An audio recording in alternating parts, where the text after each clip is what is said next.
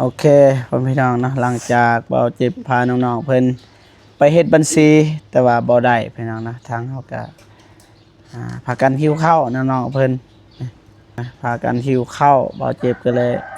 นี่มาหานี่พี่น้องนะแต่ว่าน้องอันนี้บ่อยากถ่ายปานใดละอายพี่น้องเอ้ยแต่ว่ากันอ่าเอากับทักทายสบายดีและสวัสดีพ่อแม่พี่น้องเบิดสุขคนพี่น้องเนาะก็ยินดีต้อนรับเข้าสู่สองเบาเจ็บชาแนลคือเก่าคือเดิมมากินข้าวกินน้ำสบายดีเด้อสบายดีน้องทวีน้องทวงมาเนาะสบายดีอายบ่ บ่เป็นหยังอายบ่เป็นหยังพี่น้องเอ้ย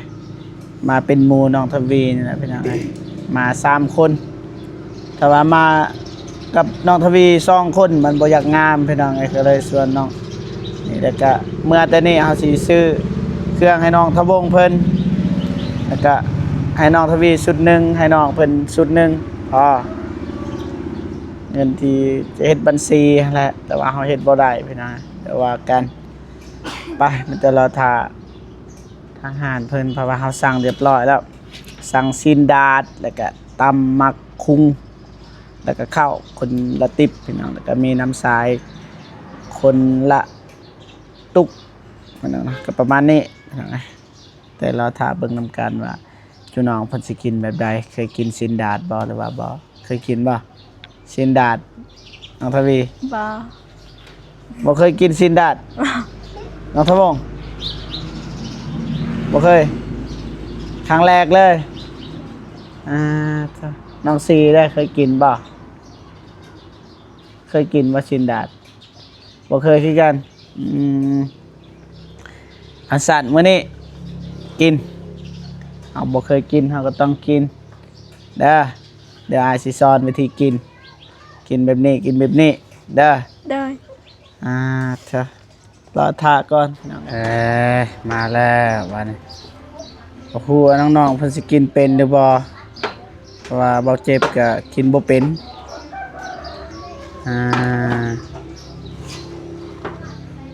เธอกินได้ป่ะฮะเป็นหยังกินบ่ได้ป่ะกินบ่เป็นกินบ่เป็นเดี๋ยวอาสิพากินเจนอ่ะสินดาดเดียวเห็นไหมเดี๋ยวเราท่าจะได้กินอีกน้องเอ้ยก็คิดว่าสิกินดิบเลยป่ะบ่แม่ท่าก่อนเด้หมอเข้ามาเลยตอนนี้ก็ใส่ซีดดาดหมดก็ต้องหอมาแล้ววันนี้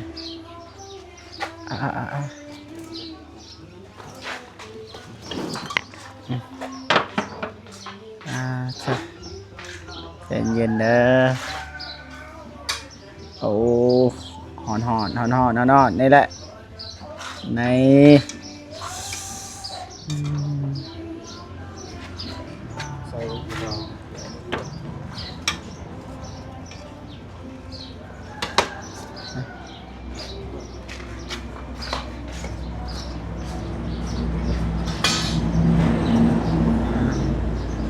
รายการดีนะ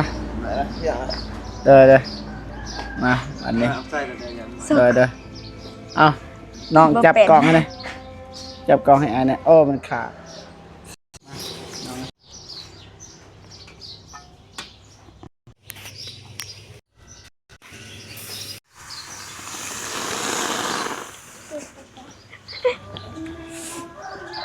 ระวังเด้อ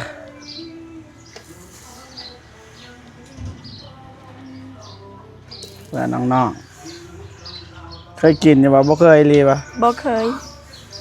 ยเลยเคยเห็นแต่บ่เคยกินเคยเห็นเดินเห็นอยู่ไสเห็นอยู่โทรศัพท์ในโทรศัพท์เด้อมื้อนี้แหละน้องสิได้กิน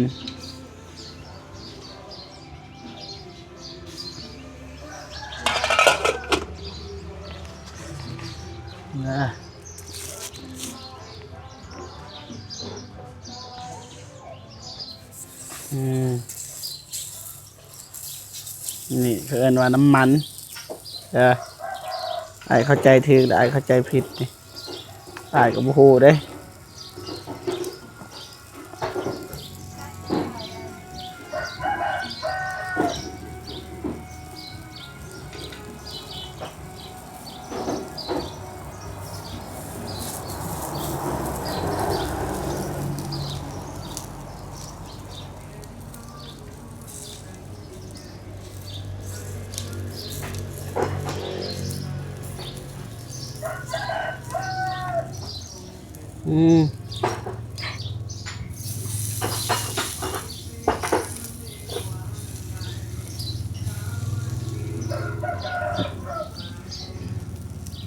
ใส่ได้ใช่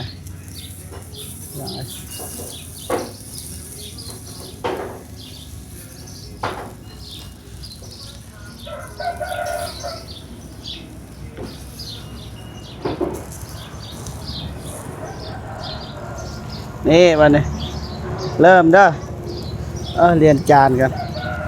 ฮูแล้วว่าน้องบ่เคยนี่จานเจ้าน้องทวี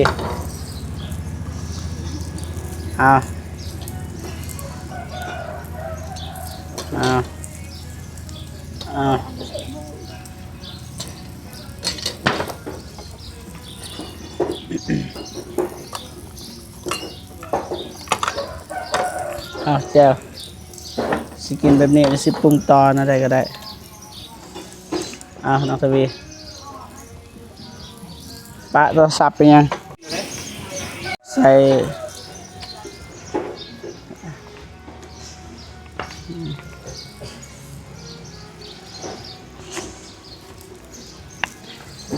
น้องคนบ่เคยกินเลย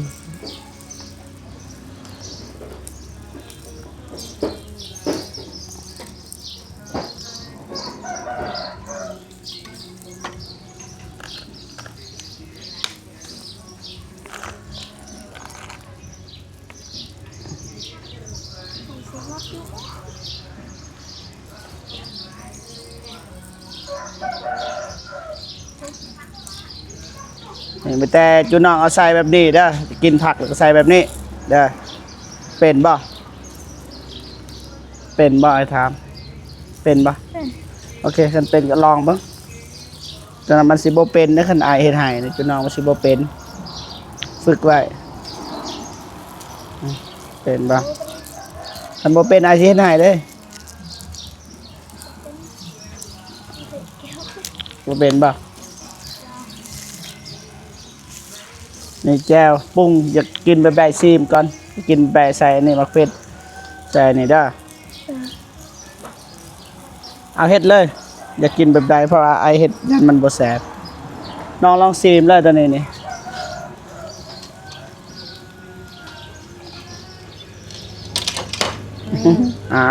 เป็นจัง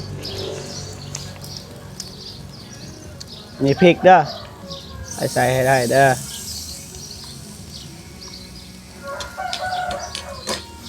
แต่มันใหม่เด้อพริกเด้อ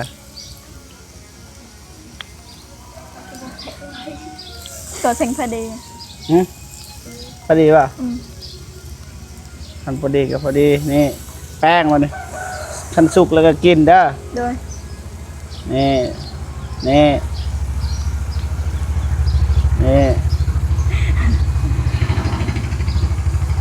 พะวงนะ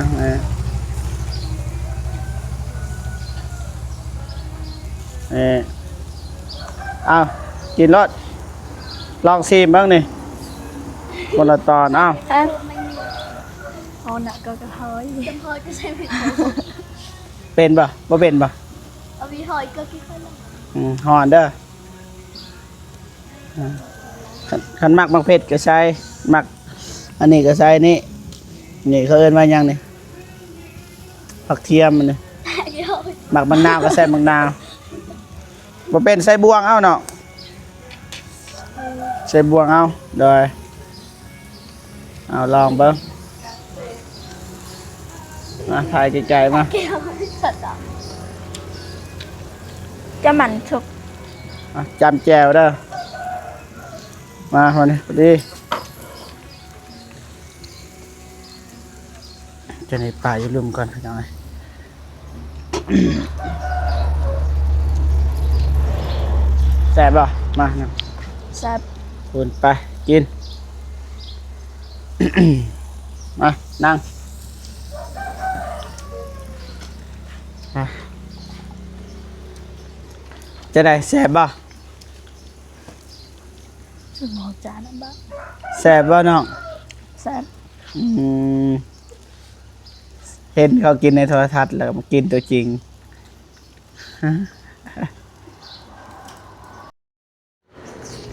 พี่น้องมาพี่น้องเอ้ยมาบอกพี่น้องกินข้าวนะ กินข้าวเด้อ กินข้าวเด้อน้องทวงมาเด้อกินข้าวสิเบิดแล้วพี่น้องเอ้ยมาฮอดนาทีหนึงเบิด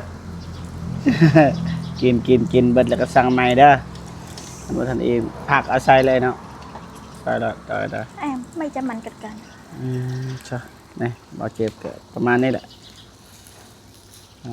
กินก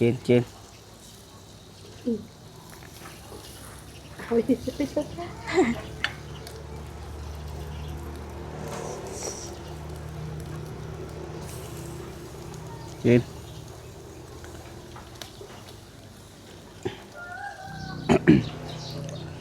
วางหอนเด้อใช่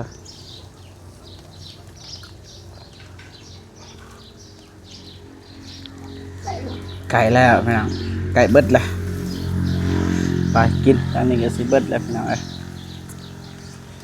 กินแล้วเด้อน้องทวีน้องทวงแซ่บบ่น้องทวงแซ่บอยากกินอีกบ่มื้อหน้าอยากแห้ง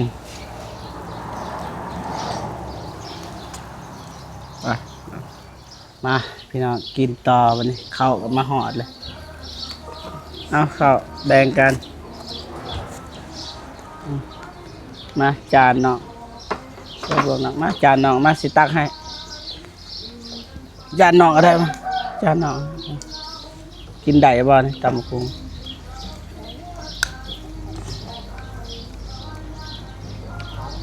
มาน้องทวงมาน้องทวงมาน้องทวงกินได้บ่เผ็ดบ่ได้หลายเลย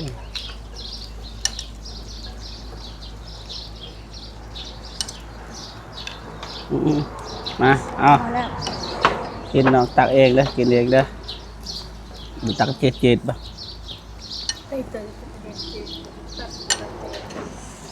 เจ็ดหนาไม่ใส่แต่กูจะรอมแกลดากไม่ใส่กันหนาวนี่ใส่แบบนี้เด้อเมื่อหน้ามากินจึงสบายเด้อกินกับข้าวนี่น้องทวงกินเด้อกินมันอิ่มนะนี่คือจังสีนี่ก็ได้ตักแล้วเอาบ่วงตักเงินบ่ตักหลายๆแล้วมาพี่น้องกินข้าว เสียเวลาเบิดมือพี่น้องเอ้ยไปว่าสิเปิดบัญชีให้น้องบ่ได้ซ้ำสิบังคับคนอื่นก็บ่ได้พี่น้องเอ้ย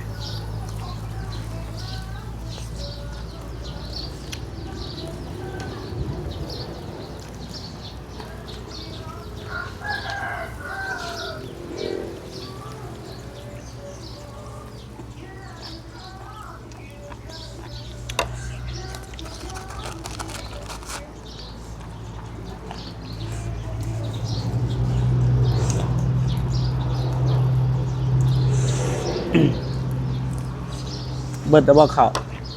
บ่พอบอกเด้อ ดู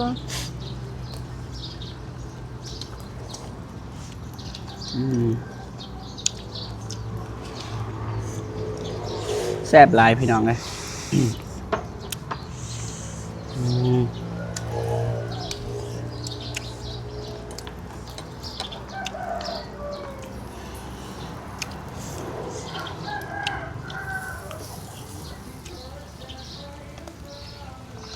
น้องตะวีตัวนี้กินได้บ่น้ำมัน ได้ กินได้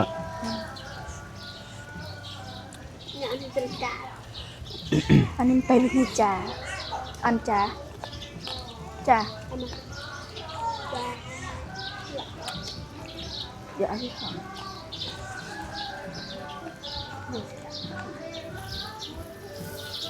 จ้า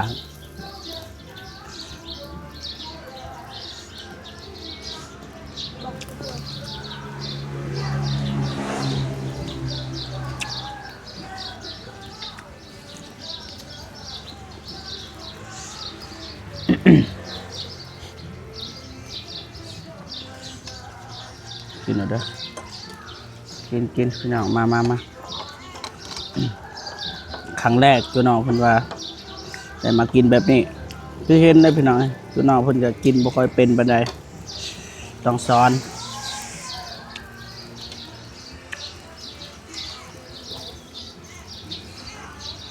โอ้เขาหอน เจาะเปิดเพลงพี่น้องบ่ฮู้มันสิติดอยู่บ่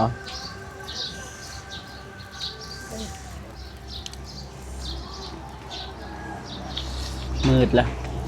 มืดจะค่ำแล้วมันจะว่ากินข้าวแล้วบางทีก็สิเมื่อเลยเครื่องคองก็บ่ได้ซื้อได้เด้อมื้อหน้า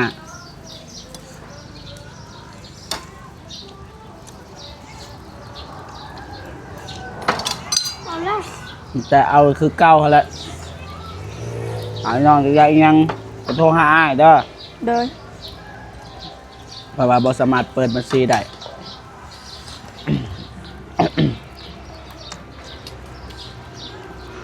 เอาเด้อ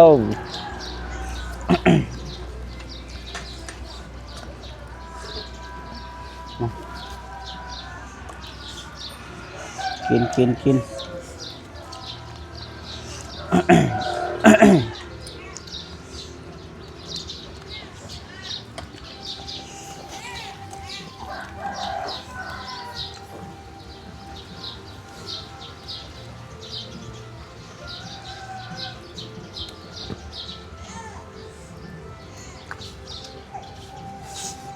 จ่ายสิ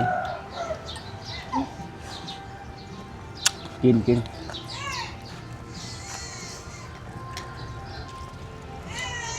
ตักเอาด้วยผักยังหรือเปล่า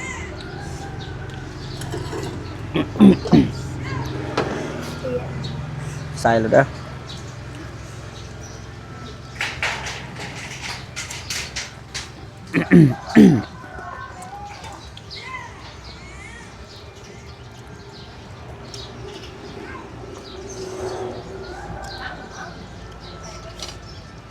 บ่มีน้ำมันพี่น้องเอ้ย จักเซนน่าได้แล้วแต่ว่าบ่เจ็บก็ต้องไปส่งจุดหนอคนนั้นแหละกลับมาหอดหรือบอนี่ปัญหาหนึ่ง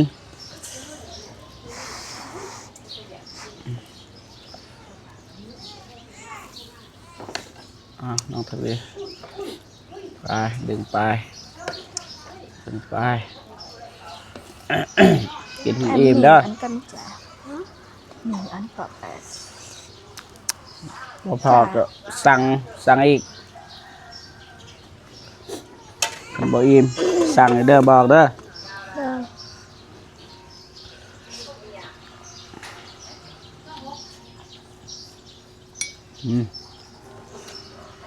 แต่ก่อนญาติกัน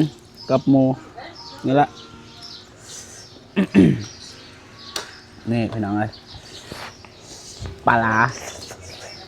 เป็นตอนเลยสิก็กิน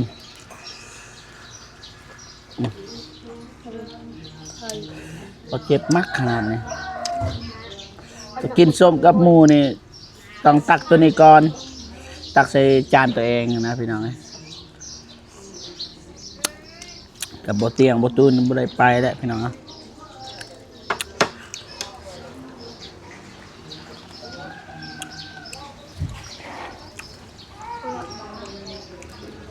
ฝนสิตกอ่ะมืดเลยพี่น้องโอ้ลมพัด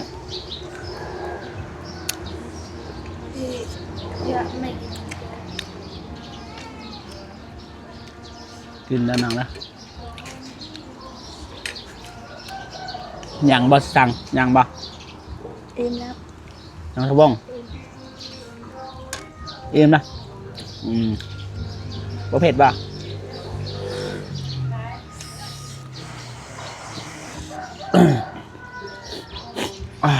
อืมอื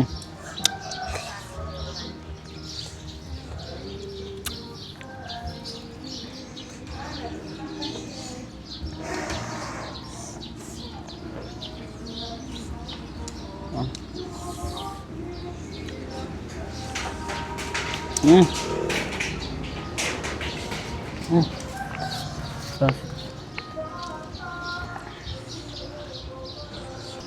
มืดเลยพี่น้อง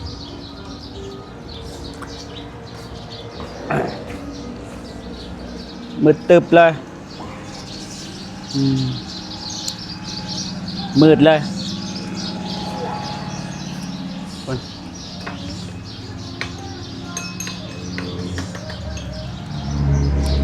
ลูกค้าว่าลายไปได้แรงๆไปแล้วเต็มเลยเอามาเต็มไปกินข้าวต่อแล้วก็จึงเซ็กบินแล้วก็กลับบ้านด่วนเลยพี่น้องเลยไปกิน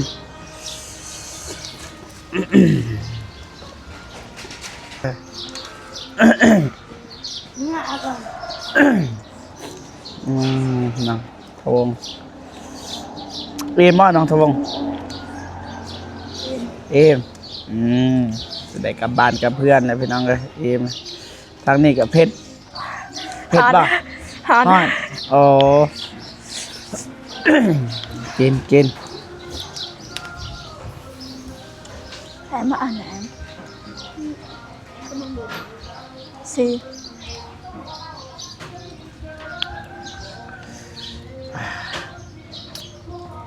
กินผมเป็นยังตามสบายเลยอีต้นพี่น้องเลยครั้งแรกบ่เคยกินบ่เจ็บก็กินตลอดอยู่แกบ่ตูนยังแกแต่ว่าเฮาคอยแบบเฮ็ดน้ำกันแต่ว่าในจุดน้องเพิ่นเฮ็ดยังบ่เป็นบางช่วงบางตอนก็บ่ได้ทายเพราะว่าเฮาเฮ็ดให้น้องเพิ่น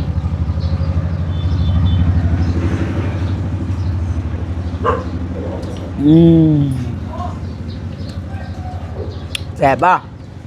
แซ่บมื้อหน้ายังมากินอีกป่ะยังรอคันยังก็ไอ้หาเงินก่อนหาเงินในลายแล้วก็สิชวนจุน้องมากินอีกเด้อสิชวนจุน้องพุ่นแหละกับอยู่ทงวายน้องน้ำฟอกน้องน้ำฝนแล้วก็หลายคนอยู่หั่นแหละลูกค้าเริ่มทยอยเข้ามาแล้วพี่น้องไปกินมาเนี่ยโอเควันนี้อิ่มแล้วบ่อิ่มแล้วบ่ไปล้างถ้วยเย็นบ่ไปล้าง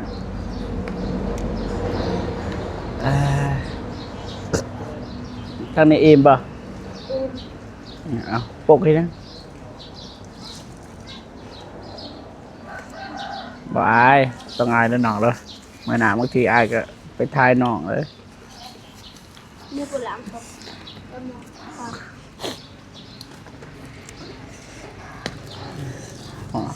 น้องสาวหมู่ของน้องทวีนี่ แต่ว่าน้องเพิ่นอายมื้อนั้นไอ้เตียงเพิ่นก็ทายแล้วตอนอยู่รถนะ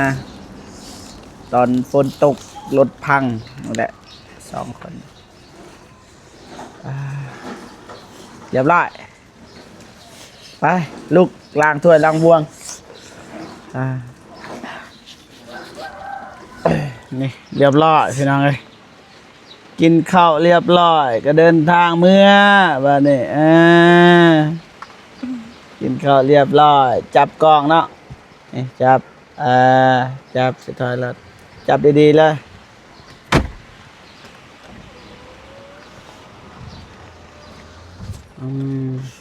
พี่น้องบ้าน้องเพิ่นจับบ่เป็นไปพี่น้องไม่แต่ว่าสิเดินทางกลับไปส่งจูน้องเพิ่นก่อนพี่น้องเอ้ยสิบ่ได้แวะไปไสแล้วเพราะว่ามันมืดเลยพี่น้องมืดตื้อๆเลยพี่น้องเอ้ยแต่ว่าสิกลับบ้านกลับซองก่อนมื้อหน้าฝากใหม่จังว่ากันใหม่ซื้อเครื่องให้จูน้องเพิ่น สำหรับมื้อนี้บ่เจ็บก็สิไปส่งให้ฮอดเทือนฮอดซานแล้วก็ถ่ายหน่อยหนึงแล้วก็จึงจบคลิปพี่น้องไปจบคลิปพุ่นละอยู่เพื่อนน้องทวอกน้องทวีน้องทวงน้องสีจึงว่ากันพี่น้องเนาะไปเดินทางฝนตกพี่น้องเอ้ยฝนตกฝนตกฝนตกหนักเลยพี่น้องท่อก็เห็นฝนตกพี่น้องเอ้ยในหอบรายเดือนไม่เป็นรายเดือนรายวันพี่น้องเอ้ยบ่สู้ได้เห็นฝนตกในช่วงนี้พี่น้องปาท่อบรรยากาศดีดีพี่น้องเอ้ย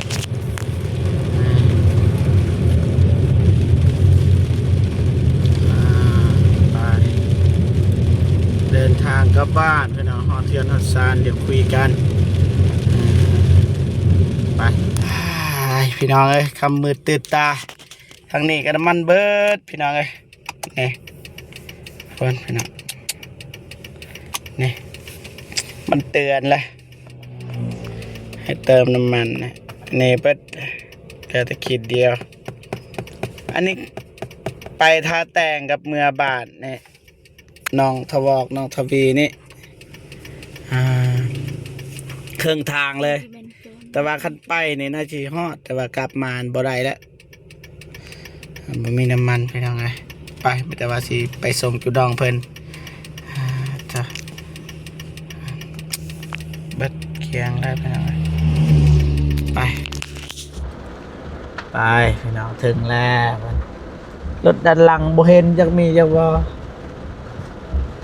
ค่อยๆขยับเข่าค่อยๆขยับพูดนำเต็มเลยอังเลยแต่ว่ามันอยากเสาแล้วน้องทวีน้องทวงอายว่ามีน้ำมันเหมือนี่นะ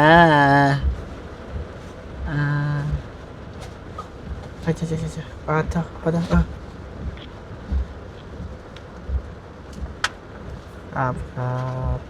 ครับผมโธ่นำเต็มเลยนำเลิกเอ้ยนำพี่น้องเอ้ยเบิ่งนั่นนี่เลิกเลย